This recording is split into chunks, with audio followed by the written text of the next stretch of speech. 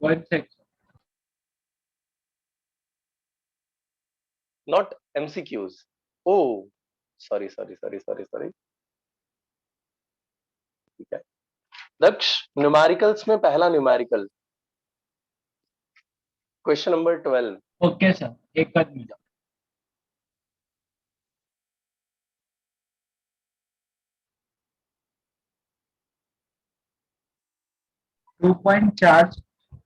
Two-point charges QA equals 3 MC and QB equals minus 3 MC are located 20 centimeters apart in vacuum.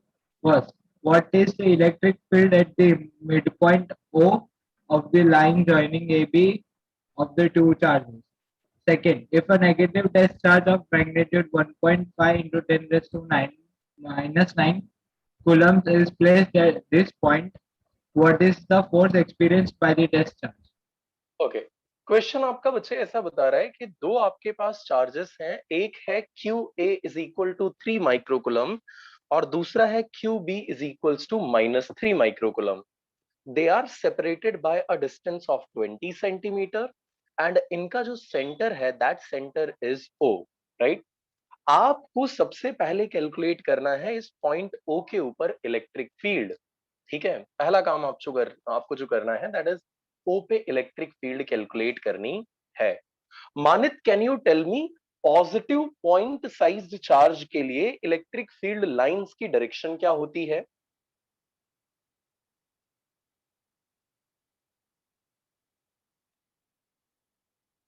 विद्युत,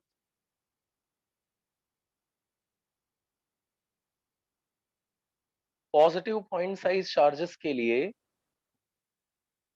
radially outwards will be the right answer, right. So ये बाहर की तरफ यानी इस point पर positive 3 microcoulomb charge की वजह से इस डायरेक्शन के अंदर इलेक्ट्रिक फील्ड बनेगी. सिमिलरली नेगेटिव चार्ज की वजह से रेडियली इनवर्ड्स बनती है, दैट मींस उसकी डायरेक्शन बी की तरफ होने वाली है. कैन यू टेल मी कि यहां पर दोनों इलेक्ट्रिक फील्ड की जो डायरेक्शन है वो सेम हो चुकी है या ऑपोजिट हो चुकी है?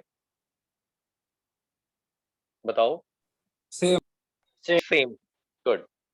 अब सेम डायरेक्शन में जो दोनों वेक्टर्स होते हैं, अगर उनका रिजल्टेंट आपको निकालना है तो आप क्या करते हो, डायरेक्टली ऐड कर देते हो. So E at point O will be given by E due to A plus E due to B. Agree करते हो या नहीं? सही है ना? सुपरपोजिशन वाला principal. Now anyone remembers the formula of electric field due to point sized charge? Point sized charge की वजह से इलेक्ट्रिक का फॉर्मूला, हाँ जी बोलिए. K cube by R square into R cap. Good. It is Coulombian constant Q, charge Q and divided by r square. ये इसका formula था magnitude wise, right. ये इसका मैग्नीट्यूड है. पक्का ना? डन. सो अगर मैं यहां पर मैग्नीट्यूड फाइंड आउट करना चाहता हूं बच्चे इलेक्ट्रिक फील्ड की, तो I will write E naught which will be equal to E A magnitude में और ई बी मैग्नीट्यूड में, राइट. तो यहां आप लिखोगे magnitude of net electric field, magnitude of net electric field E naught is equal to E A plus E B. चलिए formula apply करते हैं. किसी को याद है क्या ये Q साइन के साथ रखा जाता था कि साइन के बिना रखा जाता था? Without sign. विदाउट. ध्यान रखना, लेक्चर में मैंने आपको इस बात को चीख चीख के बताया हुआ था कि जो साइन है चार्ज का वो सिर्फ आपको उसकी फील्ड लाइन की डायरेक्शंस को इंडिकेट करने के लिए होता है. There is no importance of that at all, कोई इंपॉर्टेंस उसका और नहीं है. तो चलिए वैल्यू रिप्लेस कर देते हैं. K Q divided by R square. Let's assume कि A से O तक का डिस्टेंस, क्योंकि ये मिड पॉइंट है, तो because it is mid point so AO will be equal to BU and उसको हमने किसके इक्वल अज्यूम कर लिया है, स्मॉल r के. KQ by r square plus क्या हो जाएगा, KQ बाय आर स्क्वायर. कोई मेरे को पूछेगा सर क्यों ऐसा कर रहे हो, तो बच्चे एक बार यहाँ 3 माइक्रोकुलम है, दूसरी बार यहाँ -3 माइक्रोकुलम है, लेकिन इलेक्ट्रिक फील्ड के टाइम पे मैं क्या करता हूँ, मैग्नीट्यूड कंसिडर करता हूँ ना. तो 3 माइक्रोकुलम और -3 माइक्रोकुलम का मैग्नीट्यूड तो सेम ही रहने वाला है, it is not going to change. अब ये टर्म प्लस यही टर्म कितने टाइम्स हो जाएंगे? 2 टाइम्स हो जाएंगे। तो 2kq bye r square replace कर दीजिए वैल्यू 2 इंटू k की वैल्यू है 9 इंटू 10⁹9। q की जगह पर आपको मिली कुलम लिखा होगा, उसको माइक्रोकुलम कर लीजिएगा। So it is 3 into 10⁻⁻6 microcoulomb है ना, माइक्रो को नॉर्मल में लाने के लिए हम क्या करते हैं, 10⁻6 से multiply divided by r square. Now this r is equivalent to 10 centimetre. क्यों? क्योंकि मिड पॉइंट था पूरा 20, तो मिड पॉइंट तक का डिस्टेंस कितना हो जाएगा? 20 का हाफ, और 20 का हाफ कितना होता है? 10 सेंटीमीटर। तो 10 सेंटीमीटर को मैंने लिखा 10⁻10⁻⁻2 मीटर, और उसका हो गया स्क्वायर। सॉल्व करो और आंसर बताओ। 18, 54, 5.4 इंटू 9, 6, 9 और 10, 10 - 6 that is going to be 4, और 4 में सर प्लस 10 आए इंटू 10 स्क्वायर आए। और -2, 6, 10:6। इलेक्ट्रिक फील्ड का यूनिट होता है न्यूटन पर कूलम। देखो सिंपली मैंने इसको क्या किया है कैलकुलेट करने के लिए। सर आपने गलती नहीं की सर? मुझे नहीं लग रहा है दोस्त, क्योंकि क्या खराब सर मैं, मुझे लग रहा है सर। तो तेरे को लग रहा है तो देख लेते हैं। 9 2 जा हो गया 18, 18 3 जा 54, 54 को मैंने लिखा 5.4, इसकी पावर कर दिया 10:10। 10:10 में से 10:6 सब्सट्रैक्ट कर दो, तो ये हो जाएगी तेरी वैल्यू 10:4, राइट। यहाँ पे 10 का स्क्वायर हो जाएगा 100, यानी 10 स्क्वायर, और ये 10⁻⁻4, 10⁻⁻4 ऊपर आके +4 हो जाएगा। 10:4 ऑलरेडी था, 10:4 और आ गया, 10:+8 हो जाएगा, और ये 10 स्क्वायर का -2 ऊपर आकर के क्या हो जाएगा, सब्सट्रैक्ट हो जाएगा, तो 10:6 आ जाएगा। समझ में कुछ नहीं आया ना? सर इससे आ हम गया सर सर। नीचे 1 का स्क्वायर भी लिख सकते हैं ना? कर सकता है यार वो। अब गुजरात बोर्ड वाले हो यार, तुम लोग कुछ भी कर सकते हो, कैलकुलेटर तुमको अलाउड है, तुम कितना भी डिफिकल्ट बना सकते हो इजी से इजी कैलकुलेशन को, क्योंकि तुम्हें तो कैलकुलेट करना नहीं है, कैलकुलेट करने का काम तो कैलकुलेटर का है, तो तुम्हें टेंशन लेने की जरूरत ही नहीं है। तुम क्यों इतना सोच रहे हो, मस्त कैलकुलेट करो उससे, ठीक है।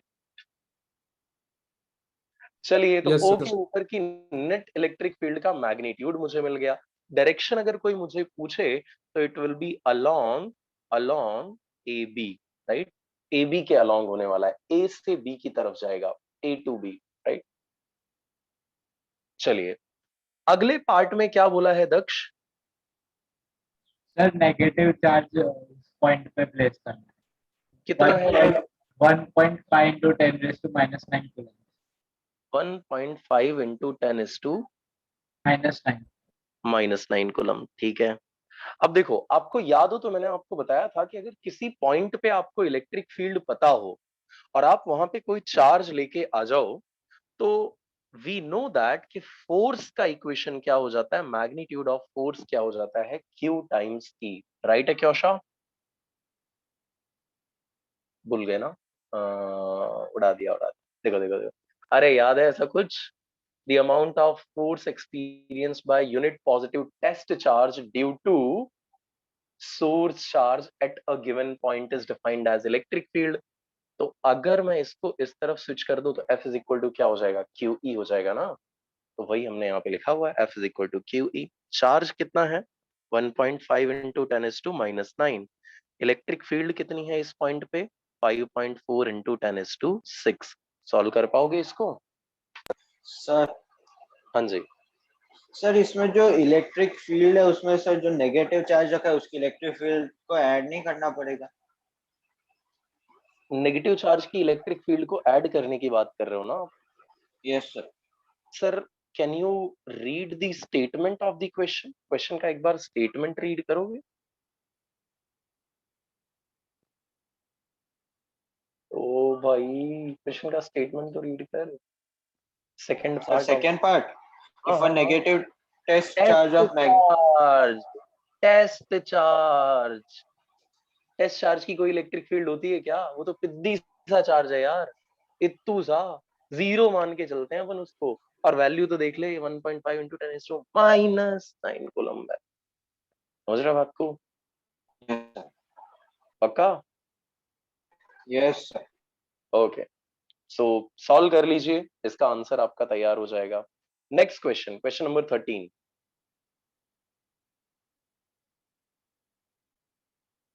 क्या है क्वेश्चन 13? बोनीशा आप ही रीड कर दीजिए sir madam. Yes sir test charge always positive होता है, ऐसा नहीं होता? यस, हमेशा पॉजिटिव होता है, बट यहाँ बोल दिया है कि भाई नेगेटिव टेस्ट चार्ज है, बोलने दो, कोई दिक्कत नहीं, अपने को उससे कोई मीनिंग भी नहीं है ना, कोई मतलब नहीं है। हमें फोर्स ओके सिर्फ सर। कहाँ एक्सपीरियंस हो रहा है वो कैलकुलेट करना था। तो फोर्स जो एक्सपीरियंस होगा उसका मैग्नीट्यूड ये सॉल्व करने पे आपको मिल जाएगा, और जो डायरेक्शन होगी वो डायरेक्शन मिलेगी towards the positive side, because यहाँ पे आप कोई माइनस चार्ज रख रहे हो, तो माइनस इस माइनस से क्या होगा, रिपेल होगा, है ना, और वो इस प्लस से क्या होगा, अट्रैक्ट होगा। In short it will experience a force opposite to the electric field का डायरेक्शन। तो बहुत ही इंपॉर्टेंट बात है, इसको नोट कर लेना। Negative charges always experience force in opposite direction of electric field. Question number 13 read कीजिए, बताइए क्या है। सर पढ़ूं? हाँ जी। Sir, a figure shows track of three charged particles in a uniform electrostatic field. Gives sign of the three charged charges. Which particle has the highest charge of to mass ratio? Okay, so कुछ इस तरीके का आपको diagram दिया हुआ है, ठीक है। This is your first charge, this is your second, and this is the third charge. Do you all agree to this? सारे लोगों को ये चीज समझ में आ रही है? ऐसा कुछ डायग्राम दिया है आपको? Yes sir. अब समझते हैं, बड़ा ही लॉजिकल सा क्वेश्चन है, कोई खास इसमें वो नहीं है दिक्कत। सिचुएशन समझना क्या दिया हुआ है। देखो, द फर्स्ट चार्ज अट्रैक्ट किसकी तरफ हुआ है? पॉजिटिव। पॉजिटिव की तरफ। बेंड किसकी तरफ हुआ है? पॉजिटिव की तरफ हुआ है। और पॉजिटिव की तरफ कौन अट्रैक्ट हो सकता है? Negative. Negative. नेगेटिव। ऑब्वियस सी बात है, ये क्या होगा, नेगेटिव होगा। अग्री और नॉट? सही है ना? जी बिल्कुल जी सर। सेकंड चार्ज जो है वो किससे अट्रैक्ट हो रहा है, किसकी तरफ अट्रैक्ट हो रहा है? Positive. पॉजिटिव की तरफ। मतलब ऑब्वियसली ये कैसा होगा? नेगेटिव। Negative. नेगेटिव होगा। बहुत बढ़िया। जरा थर्ड चार्ज को ध्यान से देखना, ये किसकी तरफ अट्रैक्ट हुआ है? नेगेटिव। नेगेटिव की तरफ। तो ये खुद कैसा होगा? पॉजिटिव। पॉजिटिव होगा। बहुत बढ़िया। दैट मींस ये तीनों चार्जेस के आपने साइन डिटरमाइन कर दिया था ना, एकदम पपलू सा क्वेश्चन। अभी इसके आगे एक स्टेटमेंट बोला हुआ है, which particle has the highest charge to mass ratio. Statement लिखना, एक नोट करके स्टेटमेंट लिखना। Note,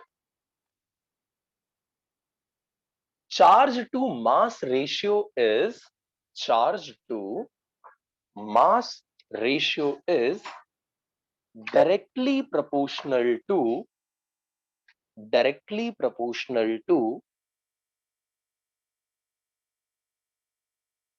directly proportional to vertical deflection, vertical deflection. Charge to mass ratio is directly proportional to vertical deflection.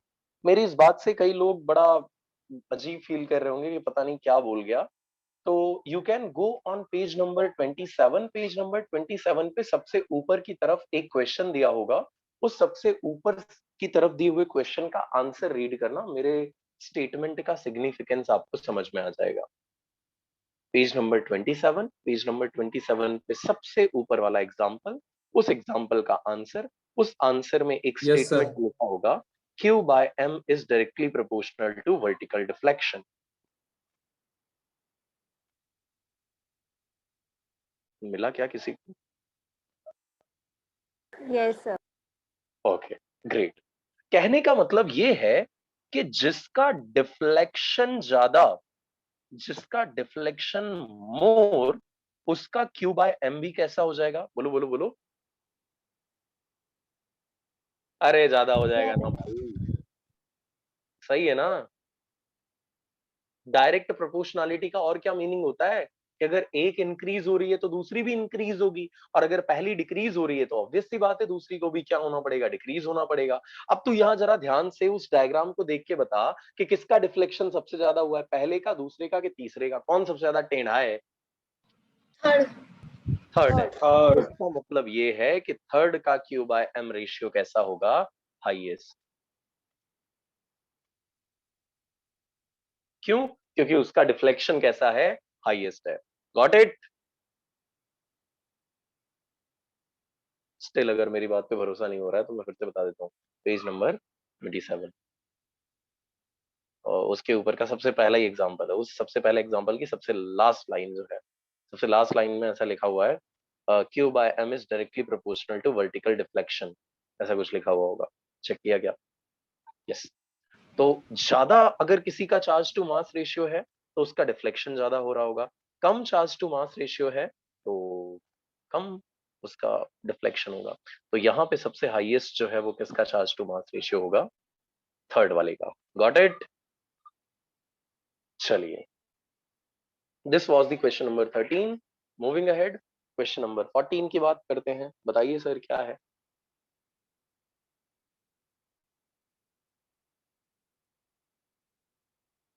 अरे read कर दो यार question number 14।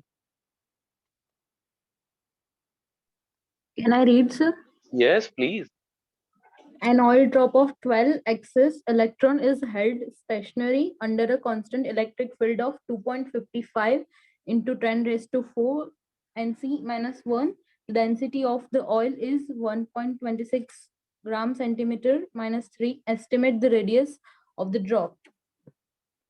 Okay, so question में आपको बताया हुआ है कि भाई एक इलेक्ट्रिक फील्ड के अंदर 12 एक्सेस इलेक्ट्रॉन्स वाली ऑयल ड्रॉप है। ध्यान रखना, ऑयल ड्रॉप के ऊपर कितने एक्सेस इलेक्ट्रॉन्स हैं कश्वी?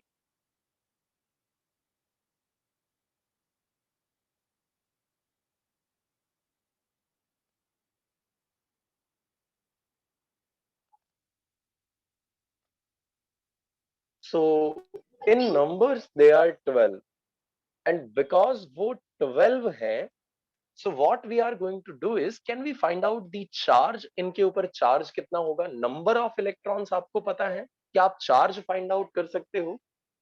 बताओ क्या क्या NE करना चाहिए हमें, क्या करना चाहिए? Yes, Q is equal to apply करेंगे any quantization of charges. Q की N की वैल्यू है 12, E की वैल्यू है 1.6 इंटू 10⁻⁻19। सॉल्व करिए, इससे आपका Q का आंसर हो जाएगा। इलेक्ट्रिक फील्ड की वैल्यू आपको क्वेश्चन में गिवन है, दैट इज 2.55 इंटू 10⁻4 या 5? 4 yes. So E is equal to 2.55 into 10⁻4 Newton per Coulomb. So these are the values which are known to you. Rho पता है, E पता है, Q पता है। Now what we are going to do is, ये मान लीजिए आपके पास एक ऑयल की ड्रॉप है, राइट? ये आपके पास एक ऑयल की ड्रॉप है जिसके ऊपर इतने एक्सेस इलेक्ट्रॉन्स हैं, दैट मीन्स ये नेगेटिवली चार्ज्ड है, राइट? एंड बिकॉज ये नेगेटिवली चार्ज्ड है तो हम क्या करते हैं, जैसे ही हम इसके ऊपर इलेक्ट्रिक फील्ड अप्लाई करते हैं, लेट्स से ये मैंने इसको इलेक्ट्रिक फील्ड अप्लाई किया, एयर के अंदर मैंने इसके ऊपर इलेक्ट्रिक फील्ड अप्लाई किया, तो यार एयर के अंदर इसके ऊपर एक ही फोर्स लग रहा होगा, and that force is the gravitational force, downward direction में mg एक्ट कर रहा होगा। लेकिन इस नेगेटिव चार्ज पर इलेक्ट्रिक फील्ड की ऑपोजिट डायरेक्शन में एक फोर्स एक्ट करने लग जाएगा जो कि इलेक्ट्रिक फोर्स है, राइट? और जब ये दोनों फोर्स इक्वल हो जाएंगे तो उस टाइम पर, जब ये दोनों फोर्स इक्वल हो जाएंगे तो उस टाइम पर ये जो हमारी ऑयल की ड्रॉप है वो स्टेशनरी हो जाएगी। याद करो, इसी टाइप का एक क्वेश्चन हमने ऑलरेडी किया हुआ था पहले, सस्पेंड कर 7.3 का 7। यस। तो हम क्या करेंगे, यहाँ पर Fe is equal to mg लिखेंगे। इलेक्ट्रिक फोर्स का इक्वेशन होता है QE। मास को डेंसिटी के फॉर्म में कन्वर्ट करना है। मुझे नहीं लगता है किसी को ये नहीं पता होगा कि mass is equal to density into volume होता है। और साथ में हो गया G। I want to calculate the value of, क्या क्या कैलकुलेट करना है, रेडियस चाहिए ना, तो वॉल्यूम को एक तरफ रहने दो। So volume will be equal to QE divided by rho into G, right. Volume की जगह पे फॉर्मूला रखो, स्फीयर का volume 4/3 pi r cube, that equals to QE by rho G। 3 को इस तरफ शिफ्ट कर दो, 4 को यहाँ, पाई को यहाँ।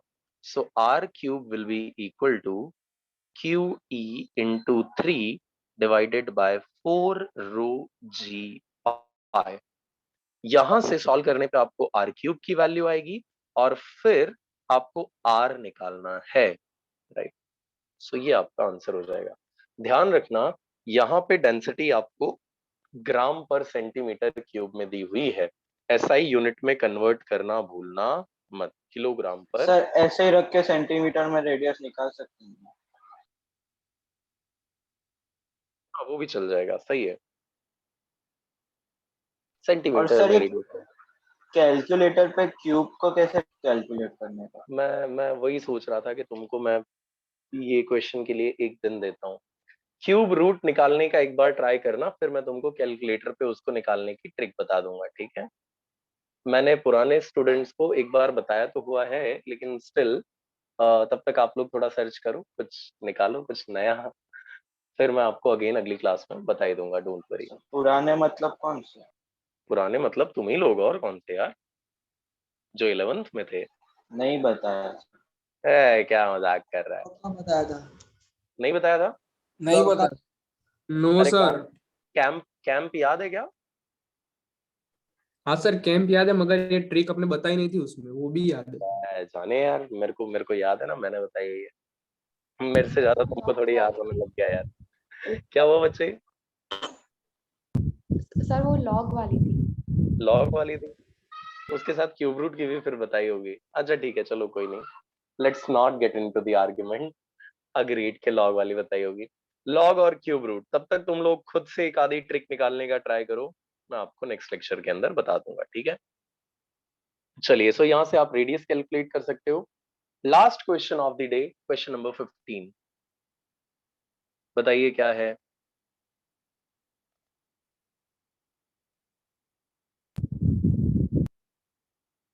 Sir, can I? Yes yes yes. An electron falls through a distance of a 1.5 centimeter in a uniform electric field of a magnitude 2 into 10 raised to 4 Newton coulomb per coulomb. Figure A, the direction of the field is reversed, keeping its magnitude unchanged, and a proton falls to the same direction. Figure B, compute the time of the fall in each case. Contrast the situation with that of a free fall under a gravity. Okay, तो situation is something like this. Electric field आपने कहीं पर एक reason में create कर दिया है, right. ये मान लीजिए आपने कहीं पर इलेक्ट्रिक फील्ड क्रिएट कर दिया। These are the positive plates of positively charge plate, और ये है आपकी negatively charge plate. So we know that electric field lines are always directed from positive to negative plate, right. तो ये हमने इस तरफ को इसको डायरेक्ट कर दिया। इसकी स्ट्रेंथ आपको दे रखी है 2 into 10⁻⁴। अब साहब आपका इलेक्ट्रॉन जो है ना, उसको फ्री फॉल करना है, नीचे की तरफ आना वो चालू करता है, राइट। अरे आ रही है क्या बात समझ में?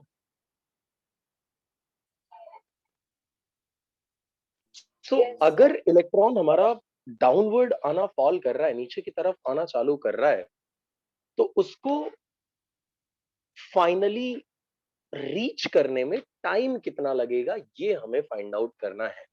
तो फ्री फॉल इसको हम करवा रहे हैं। हम क्या करवा रहे हैं? इसको फ्री फॉल करवा रहे हैं। कोई मेरे को बता सकता है फ्री फॉल की खास बात क्या होती है? What is the special thing about free fall? Velocity constant. Initial velocity 0 होती है, नॉट वेलोसिटी कांस्टेंट होती है। फ्री फॉल यानी किसी चीज को ड्रॉप कर देना। ड्रॉप करने में उसकी इनिशियल वेलोसिटी क्या होती है, 0। सो u इज इक्वल टू, मैंने क्या ले लिया, 0। नाउ दिस इलेक्ट्रॉन, ये चार्ज्ड पार्टिकल इलेक्ट्रिक फील्ड में है, फोर्स एक्सपीरियंस करेगा या नहीं? स्ट्रेट आंसर, यस और नो? करेगा। करेगा, गुड। फोर्स लगेगा तो एक्सेलरेशन आएगा कि नहीं आएगा, बोलो? आएगा। सो एक्सेलरेशन के केस में न्यूटन अंकल ने हमको बड़ी इमोशनल सी इक्वेशन दी थी कि फोर्स मास के इक्वल होता है। सो F इज इक्वल टू क्या हो गया, मास इनटू एक्सेलरेशन, राइट? अब इस फोर्स की इक्वेशन को याद करो, यहां कौन सा फोर्स लग रहा है? अरे तू धक्का मार रहा है क्या उसको? इलेक्ट्रिक फोर्स लग रहा है यार। इलेक्ट्रिक फोर्स को हम किससे रिप्रेजेंट करते हैं इलेक्ट्रिक फील्ड में? QE से रिप्रेजेंट करते हैं, which is going to be MA। A को सब्जेक्ट बनाओ, QE डिवाइडेड बाय क्या हो जाएगा, M। अरे बात समझ में आ रही है क्या इतनी? अब इस भाई को कितना डिस्टेंस कवर करना है, इस इलेक्ट्रॉन को यहां से यहां तक कितना डिस्टेंस कवर करना है? देखो नोट्स में, देखो कितना डिस्टेंस दिया है ये पूरा। 1.5 सेंटीमीटर। यस, 1.5 सेंटीमीटर का, वेरी गुड। सो डिस्टेंस आपको दिया हुआ है 1.5 सेंटीमीटर का। सर अगर मैं आपसे बोलूं कि सेंटीमीटर में रख करके मैं इसे सॉल्व नहीं कर सकता हूं, क्या मैं गलत बोल रहा हूं? मीटर में कन्वर्ट करना पड़ेगा ना। So this will be 1.5 into 10 is to minus 2 metre. S मिल चुका है, A मिल चुका है, U मिल चुका है, टाइम चाहिए। There are 3 equations of motions, उसमें से मैंने S is equal to ut plus half of at square को उठाया। U तो 0 है, so the whole term is going to be 0, गया। S is equal to half of at square, 2 को इधर ले आओ, 2s is equal to at square, t square को सब्जेक्ट बना लो, so t square will be equal to 2s divided by a की जगह पे ये इक्वेशन रख दो। so your final answer will be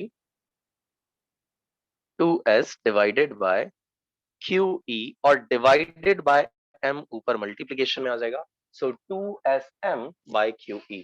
रख देते हैं सारी वैल्यूज, ये t स्क्वायर है, so t will be equal to under root of 2। s है 1.5 into 10 is to minus 2। मास, किसका मास? इलेक्ट्रॉन का, 9.1 into 10 is to minus 31 divided by q, charge किसका? इलेक्ट्रॉन का, 1.6 into 10 is to minus 19। Electric field will remain same जो आपको दी हुई थी, 2 into 10 is to 4। Can we solve this? हो जाएगा ये सॉल्व? अरे हाँ या ना? Yes sir. गुड। सो ये मैंने इलेक्ट्रॉन के केस के लिए आपको करवा दिया है। प्रोटॉन के केस में सब कुछ बच्चे सेम रहने वाला है, बस होगा क्या, यहाँ पे मास जो है ना वो आपको किसका लेना पड़ेगा? प्रोटॉन का मास लेना पड़ेगा, और डायग्राम चेंज हो जाएगी। डायग्राम में जहां आपको ये पॉजिटिव दिख रहा है वहां नेगेटिव हो जाएगा, और ऊपर क्या हो जाएगा? पॉजिटिव, जो आपको बुक में ही दे रखी है। तो सिचुएशन है, सिर्फ यहाँ पे मास ऑफ प्रोटॉन रख दोगे तो प्रोटॉन को कितना टाइम लगेगा वो आपको मिल जाएगा। अरे सॉल्व कर लेंगे क्या हम इसको? यस। चलिए, अब जो लास्ट क्वेश्चन है वो आप तब सॉल्व कर पाओगे जब मैं आपको सेशन 1.4 का इलेक्ट्रिक फील्ड से रिलेटेड एक बहुत ही इंपॉर्टेंट कॉन्सेप्ट करवा दूंगा। तो हालांकि अभी भी कर सकते हैं, लेकिन अभी वो थोड़ा डिफिकल्ट लगेगा आपको अगर जियोमेट्रिकल मेथड से जाएंगे तो जब शॉर्टकट अवेलेबल है तो हम शॉर्टकट से ही करेंगे, ठीक है? आज के लिए इतना ही रखते हैं, मिलते हैं नेक्स्ट लेक्चर में।